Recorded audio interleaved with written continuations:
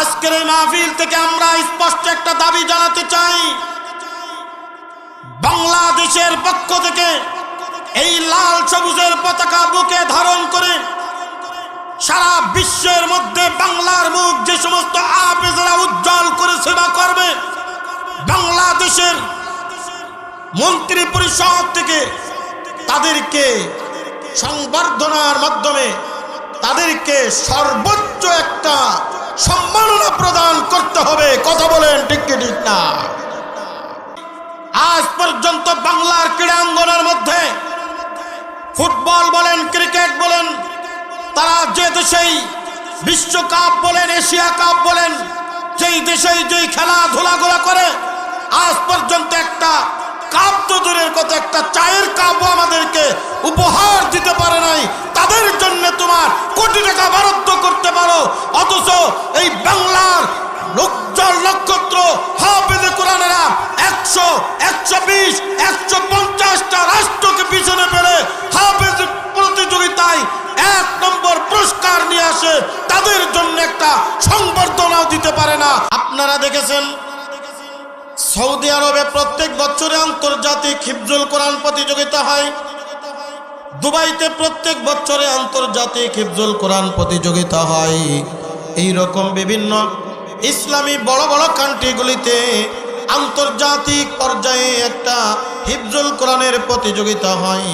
আপনারা কত দূর খেয়াল করেছেন জানি না, প্রত্যেক বছরেই তার মধ্যে আমাদের বাংলাদেশের এই সমস্ত উজ্জ্বল নক্ষত্র ছোট্ট ছোট্ট হাফেজে কোরআনরা সেখানে চান্স পেয়ে সেখানে প্রতিযোগিতায় অংশগ্রহণ করে এমন কোনো বছর নাই যেই বছরে 2-1টা 1 নম্বর সিরিয়ালে গিয়ে বাংলার মুখ সারা বিশ্বের মধ্যে উজ্জ্বল করে।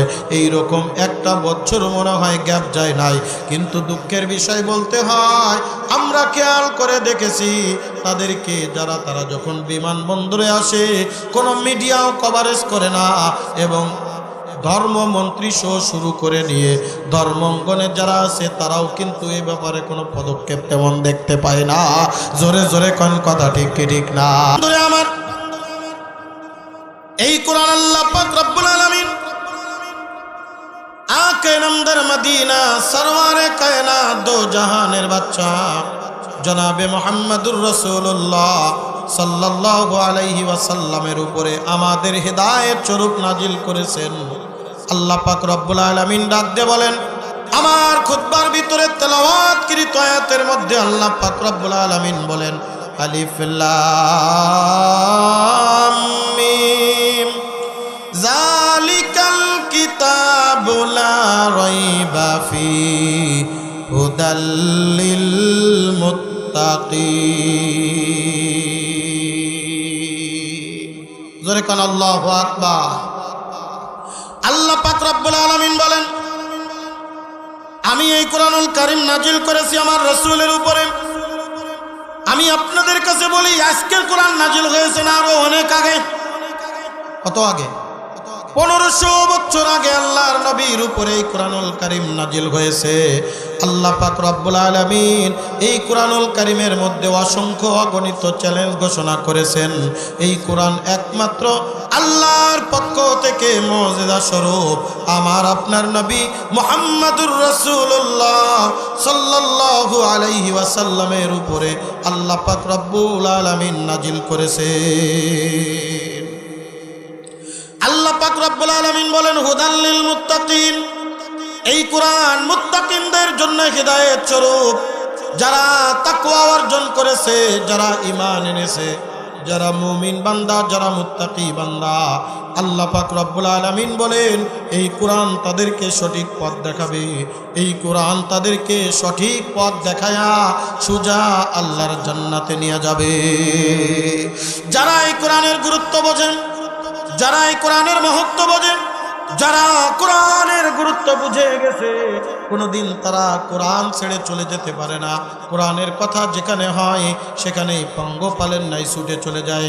কারণ এই কোরআনকে আল্লাহ পাক রব্বুল আলামিন আমার আপনার নবীর উপরে স্পেশাল একটা মুজিজা দান করেছেন। পৃথিবীর জমিনের মধ্যে যত নবী রাসূল আল্লাহ তাআলা প্রেরণ করেছেন প্রত্যেকটা নবী রাসূলকে একটা স্পেশাল মুজিজা দান করেছিলেন। যেমন হযরত মুসা কালিমুল্লাহ আলাইহিস সালামের হাতে একটা লাঠি ছিল, এই লাঠিটা একটা স্পেশাল মুজিজা। এই ঘটনা আপনারা সকলেই জানেন, আমি ঘটনা বলবো না।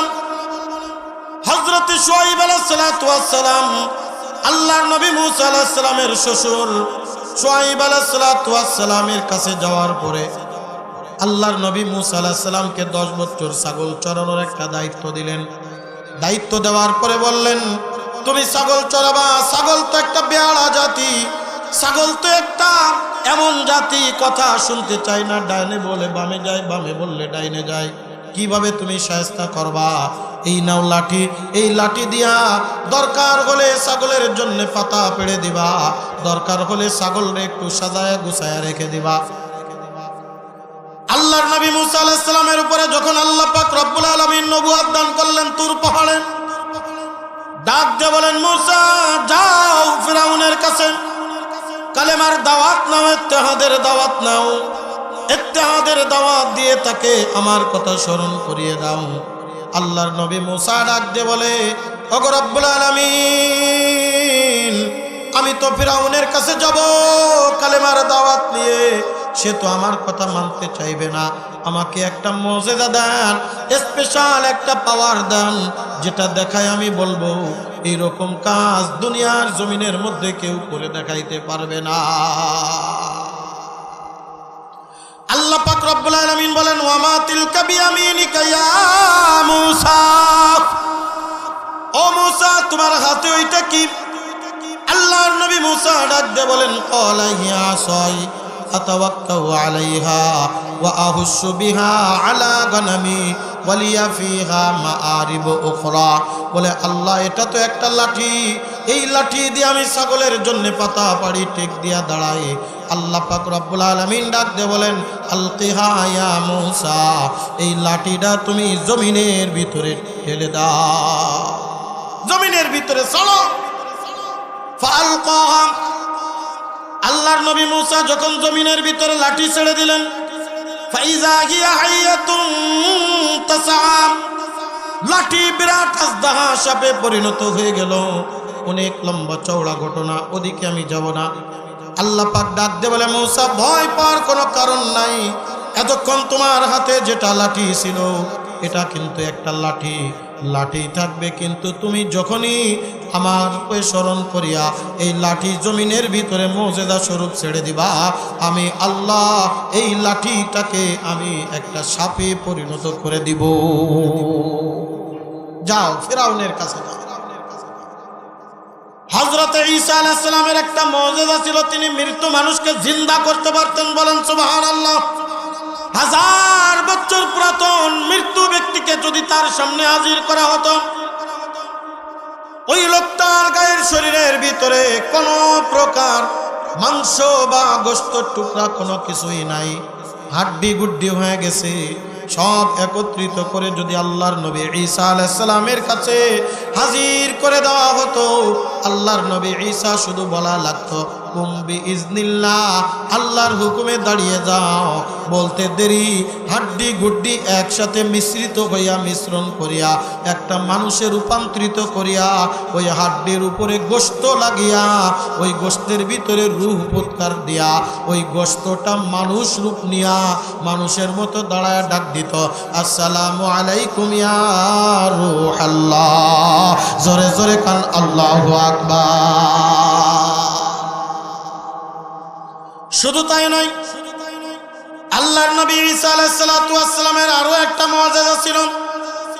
আপনি বাড়িতে কি খাবার খেয়ে আসছেন আল্লাহর নবী ঈসা দেখেন নাই, কিন্তু যদি আপনার হাত নাকের কাছে নিয়ে একটা মাত্র শুকা দিবে, নাকের কাছে নিয়ে একটা বার মাত্র টান দিবে, সাথে সাথে বলে দিতে পারবে তুমি আজকে তুমি কি খেয়ে এসেছো, কি খাসো, কি কি খেয়েছো, সব পাই টু পাই বলে দিতে পারতো। এটা কি আল্লাহর মুজিজা? এটা কি কথা বলেন? এটা কি আল্লাহর মুজিজা? এইরকম যত নবী আলাইহিস সালাম দুনিয়ার জমিনের ভিতর আগমন করেছেন, হযরত দাউদ আলাইহিস সালাতু ওয়াস সালাম যার উপরে আল্লাহ পাক রব্বুল আলামিন জবর নাজিল করেছিলেন, এই দাউদ আলাইহিস সালাম যদি শক্ত লোহাও হাত দিয়া ধরতেন, ধরার সাথে সাথে মোমের মতো নরম হয়ে যাইত। ওই লোহা নরম করে নিজে যা ইচ্ছা মাটি, যেমন মাটি কাদা যেমন সেনিয়ার নরম মাটি দিয়া কাদা দিয়া যেরকম ভাবে হাঁড়ি পাতিল যা ইচ্ছা তাই বানানো যায়, ওই রকম আল্লাহর নবী দাউদ আলাইহিস সালাতু ওয়াস সালাম ওই লোহা নরম হাত দিয়ে শুধু ধরতেন, ধরার সাথে সাথে নরম হতো। ওই নরম লোহা দিয়া উনি বর্ম এবং লোহার জিনিসপত্রগুলো বানাইতেন। জোরে জোরে কোন সুবহানাল্লাহ। আল্লাহ পাক রব্বুল আলামিন দুনিয়ার জমিনের ভিতরে যত নবী রাসূল আগমন করেছেন, প্রত্যেকটা নবী রাসূলের যত মুজিজা ছিল, প্রত্যেকটা মুজিজার সমষ্টিগত আমার আপনার নবীকে আল্লাহ দান করেছিলেন। তবে একটা মুজিজা যেটা স্পেশাল আল্লাহ পাক রব্বুল আলামিন আমার আপনার নবীকে দান করেছিলেন, যেটা কোনো নবীকে আল্লাহ তাআলা দান করে নাই। আমি আপনাদের কাছে প্রশ্ন করতে চাই, বলেন তো ওই মুজিজার নাম কি? আল কোরআন। নাম কি? আল কোরআন। এই কোরআন হলো নবীদের সব থেকে বড় মুজিজা। আল্লাহ পাক রব্বুল আলামিন একদিন দুই দিন নয়, এক মাস দুই মাস নয়, এক বছর দুই বছর নয়, দীর্ঘ 23টা বছর পর্যন্ত কখনো কখনো একটি আয়াত, কখনো কখনো দুটি আয়াত, কখনো একটি সূরা, কখনো আধা সূরা, এভাবে আল্লাহ পাক রব্বুল আলামিন আল্লাহর নবীর উপরে এই কোরআনুল কারীম নাজিল করেছেন। নাজিল করে আল্লাহ পাক রব্বুল আলামিন এই কোরআনুল কারীমের শুরুতেই ঘোষণা করে দিচ্ছেন, দুনিয়ার মানুষ শোনো, আমি যেই কোরআন নাজিল করলাম, যখন আল্লাহর নবী কোরআন তেলাওয়াত করতেন, কোরআন তেলাওয়াত করলে মক্কার কাফিরা বলা বলি করত, এ তো মুহাম্মদ নিজের থেকে বানায়া আমাদেরকে বলে, এটা মুহাম্মদ নিজের পক্ষ থেকে বানায়া বানায়া বলতেছে। আল্লাহ পাক রব্বুল আলামিন বলেন, দুনিয়ার মানুষ শোনো, যদি কোনো ব্যক্তি কোনো জিনিস বানায় তার কপি করা যায় কি যায় না? তার মতো করে ওই জিনিসটা বানানো যায় কি যায় না? বর্তমান সারা বিশ্বের মধ্যে দেখবেন যত জিনিস আছে, হাঁড়ি যত জিনিস বানাক না কেন, চাইনার সামনে একবার মাত্র, চাইনিজদের সামনে একবার মাত্র দেখাবেন, এই যে মোবাইলটা দেখছেন, এই মোবাইলটাও দেখবেন একটা বানায় দেখাবেন, একটা বার দেখবে, দেখার সাথে সাথে হুবহু ওই রকম কপি করে ওই জিনিসটা মার্কেটে সস্তায় আর অল্প দামে ছেড়ে দিবে। জোরে জোরে কোন কথা ঠিক কি ঠিক না? এই ব্যাপারে স্পার্ট যারা ছাড়া তারা বুঝতেই পারে না এটা চাইনা না এটা আসল। কথা কোন ঠিক কিনা? আল্লাহর নবীর উপরে যখন কোরআন নাজিল করা হয়, কাফিররা যখন বলা বলি করতেছেন এটা আল্লাহর নবীর পক্ষ থেকে নিজের থেকে বানানো, আল্লাহ পাক রব্বুল আলামিন চ্যালেঞ্জ ঘোষণা করে দিলেন, দুনিয়ার মানুষ শুনে রাখো, আমি আল্লাহ এই কোরআন আমার নবীর উপরে নাজিল করলাম, আর আমি আল্লাহ ঘোষণা করে দিলাম, এ দুনিয়ার মানুষ,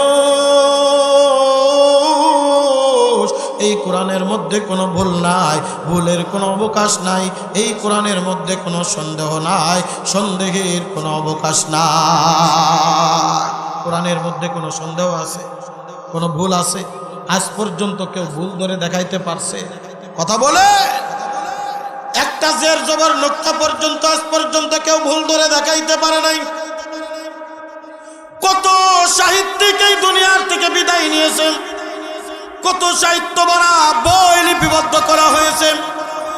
22 মাইল গাজীপুর এলাকার মুসলমান, আমি আপনাদেরকে বলবো, যতই রোমান্টিক নোবেল নাটকের বই হোক না কেন, যতই বড় অলিক কাল্পনিক এবং খুব একবার ক্রিটিক্যাল একটা বই হোক না কেন, দেখবেন একবার দুইবার তিনবার পড়ার পরে ওই বইটা আর পড়তে ভালো লাগে না। জোরে কোন কথা ঠিক কি ঠিক না? যারা বই পোকা মানুষ, যারা বই পড়ে বেশি, দেখবেন তাকের ভিতরে আলমারির ভিতরে বইগুলো সাজানো আছে। বলবেন এই বইগুলো কেন সাজায় রাখছো? বলে এগুলো কতবার পড়েছি, পড়া হয়ে গেছে, আর পড়তে ভালো লাগে না। কথা কন, আর পড়তে ভালো লাগে না।